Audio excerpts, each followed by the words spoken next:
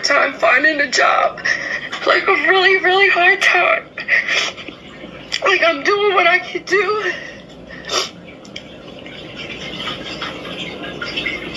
I'm doing what I can do. But at the same time, I'm having a hard time finding a job, and that's my fault because I put myself out there. And knowing I'm from a small town, and it wasn't worth it. Now, this is my story.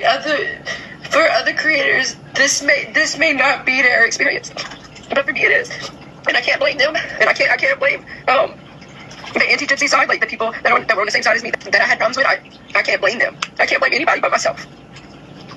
So it wasn't worth it. And I know that people are going to say what they want about all of this. But it's just, it's gotten too much for me. And I did it to myself. I can't blame anybody else.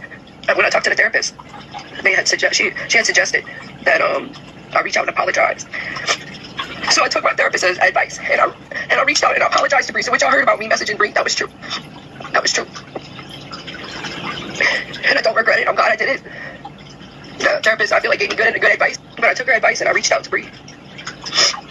And I told her where my head was at, just like what I'm telling y'all now. And she listened to me. She didn't cut me off. She didn't yell. She didn't. And I apologized with the only intention of only apologizing for my actions, whether that be a reaction or it didn't matter. It didn't matter. It was I was genuinely apologizing for what I did wrong, and I didn't care. I didn't care about an apology from them. I didn't care about talking about them. I didn't talk about what they did to me. I didn't, because my only intention was to apologize for what I did, because nothing else mattered in my eyes. I don't need an apology to move forward and heal, to move forward in life. So my only intention was to apologize for what I've done, and that was it. And that went well. It went really well. And I had a good experience talking with Bree about that. I didn't have, she listened to me. So thank you. I appreciate you doing that, Bree. Because in that moment, I was in a dark hole. Like, the only way I can describe it is having your head above water and you're gasping for air and you can't breathe. That's how I felt. And then from there, it just, the beef was squashed. And that was it. It was just that easy. And I don't think that people realize that the bullying, I don't think people realize that the bullying that they're doing to anybody, whether that just be somebody on TikTok, somebody you don't like in real life, somebody you work with, somebody in your family, a public figure, it hurts them.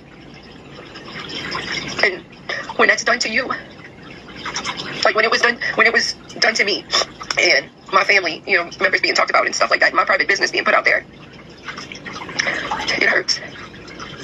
It hurts bad.